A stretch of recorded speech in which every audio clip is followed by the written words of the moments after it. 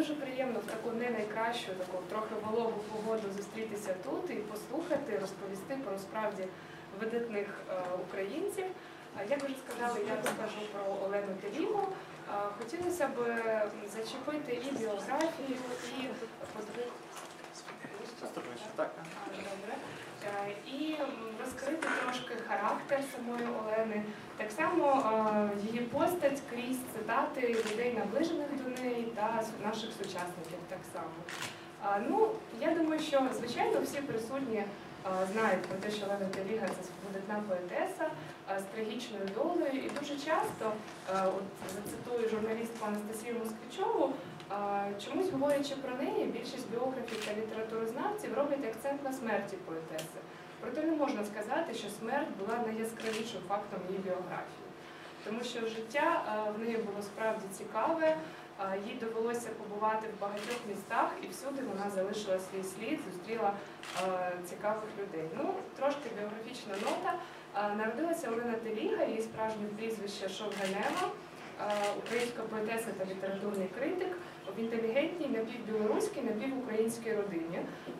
І це сталося 21 липня 1907 року в селищі Іллінське під Москвою. Помилково називають місцем народження Петербург, але насправді вона народилась під Москвою, але невідомо в якому саме селищі Іллінському, тому що їх кілька, а свідоцтво про народження було втрачено. Мати її була дочкою православного священника, а батько – гідротехніком. Він працював на Москві-Ліції, на різних інших водоймах, в тому числі був одним з авторів зрошення степів в Узбекистані. Ну а згодом став урядовцем Української Народної Республіки. Так само в родині був ще молодший син Сергій, і що цікаво, до певного часу саме він вважався поетом родини, і тому Олена в перші роки своєї творчості не наважувалась показувати свої вірші, тому що вже вважалося, що родина має одного поета. Ну а як показала історія, то все-таки славу здобула саме її поезія. Раннє дитинство пройшло в Москві, потім родина переїхала в Петербург, де Олена почала вчитися в школі. Взагалі географія переміщень цієї сім'ї захопила дуже багато різних територій. Згодом вони жили в українському місті Ізюм, а вже потім, в 1918 році, переїхали до Києва, де батько Олени викладав в політехнічному інституті, а вона сама вчилася теж неподалік від теперішнього району КПІ, в гімназії жіночій Олександри Дучинської, де вивчала українську, російську мову, так само німецьку та французьку. Навчалася посередньо. Потім, коли приватна освіта в Україні в 1919 році припинила своє існування, вона перейшла в народну школу. І наступили, після всіх буремних революційних часів, родині стало важко знайти своє місце в Україні, і батько з сином спочатку переїхали до Чехії, а в 22-му році і Олена з матір'ю спочатку в Польщу, а потім також приєдналися до них у Чехії, і там вони оселилися в місті Подібради, так само важливому для Олени Теліги, і дуже багато спогадів пов'язано з цим містом. Вона говорила, що після навчання в Петербурзі, потім в Києві, ще за часів імперії, те, що вона вчилася в Українському університеті в Празі імені Михайла Драгоманова, це було абсолютно інше середовище, на стінах висіли портрети Симона Петлюри, викладалося українською мовою, а самі чехи, пражани говорили, як вона сказала, праслав'янською мовою, і це дуже вплинуло на неї, дуже змінило її погляди. Взагалі, мовою в родині була російська, і саме ця мова була спочатку рідною для Олени Теліги, але українську мову вона охоче і старанно опанувала, і саме цей процес почався в Чехії. І от зацитую подругу Наталію Левицьку-Холодну, вона також поетеса, і якраз спілкувалася з Оленою в часи її студентські часи. Вона завжди була оточена студентами, які постановили навчити її української мови. Найзавзятіше взявся за це кубанський козак, бандурист, колишній сотник армії УНР Михайло Теліга. Ну, як зрозуміло, згодом вони настільки добре разом вчили українську мову, спілкувалися, що одружилися. Це сталося 1 серпня 1926 року. І Після цього і їх сучасники, потім вже біографи Олени Теліги, казали, що чоловік настільки її кохав, що взявся бути ніби її тінню, тобто про нього вже за рік життя казали, що це чоловік Олени Теліги. Його представляли, він повністю, можна сказати, взяв на себе цю роль.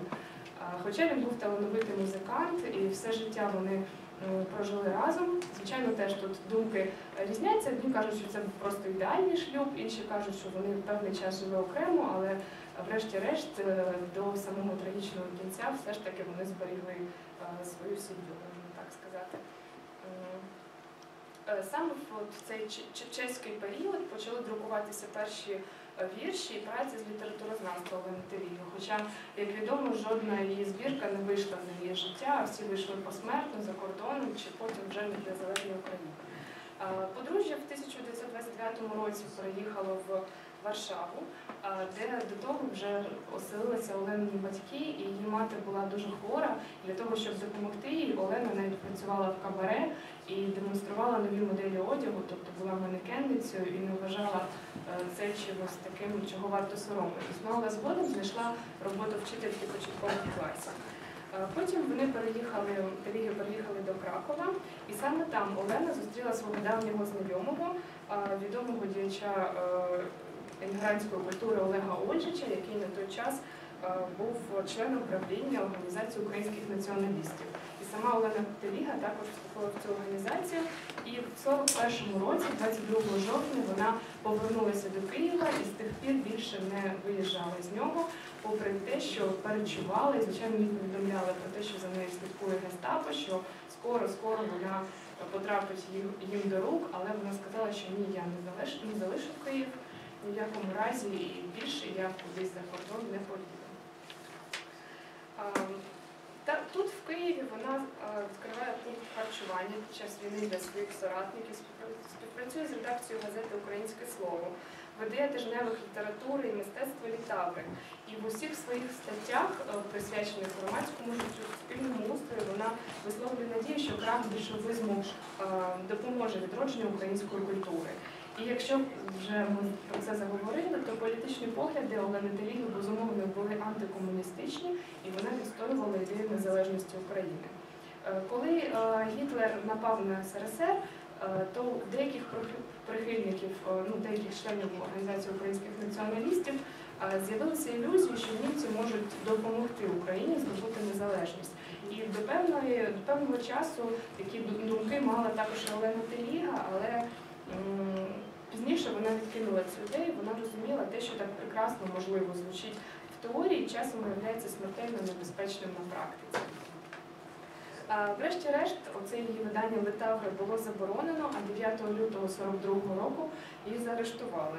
Разом з нею до гестапо здався її чоловік, він назвався так само письменником, для того, щоб прийняти смерть разом з Оленою. Ну і цей відомий факт, що на стіні своєї камери вона намалювала тризуб і залишила напис «Тут сиділа і звідси йде на розстріл Олена Теліга». Українська поетеса була розстріляна разом з чоловіком і колегами, такими як Іван Рогач, Володимир Багазій та іншими в Бабиному Яру 21 лютого 1942 року. Деякі джерела наводять 22 лютого, цей один день, мабуть, дуже змінює результат.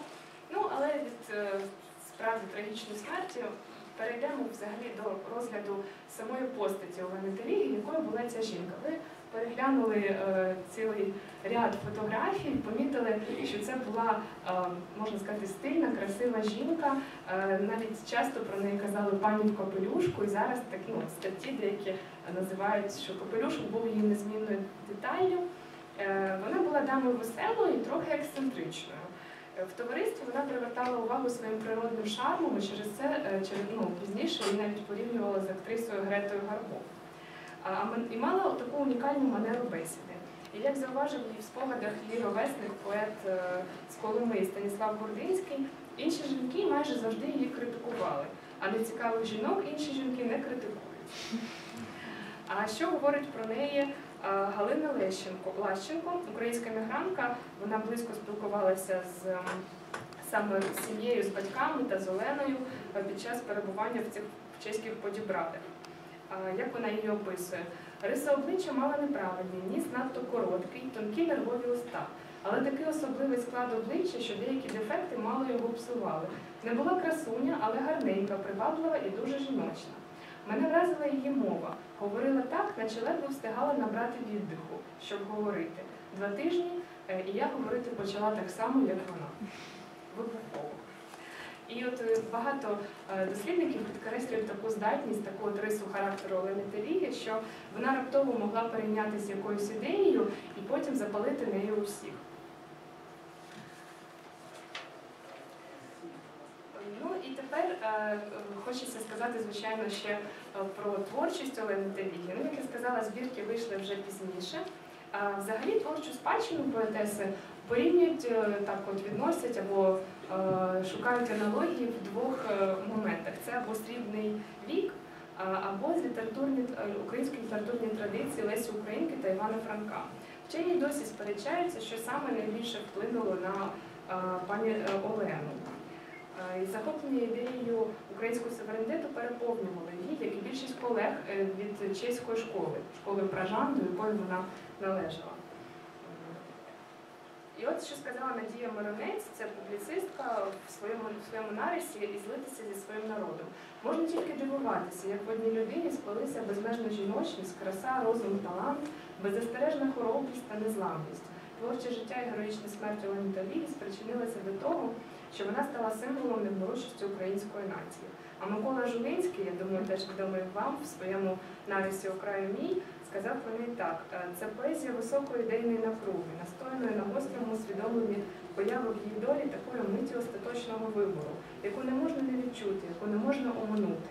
Інакше буде втрачена будь-яка доцільність життя. Ну, я також прочитаю вам 2 вірші Олени Теліги, різні, але я думаю, обидва дуже яскраво ілюструють її і поетичну манеру, і так само особистість. Перший називається «Гострі очі розкриті в морок».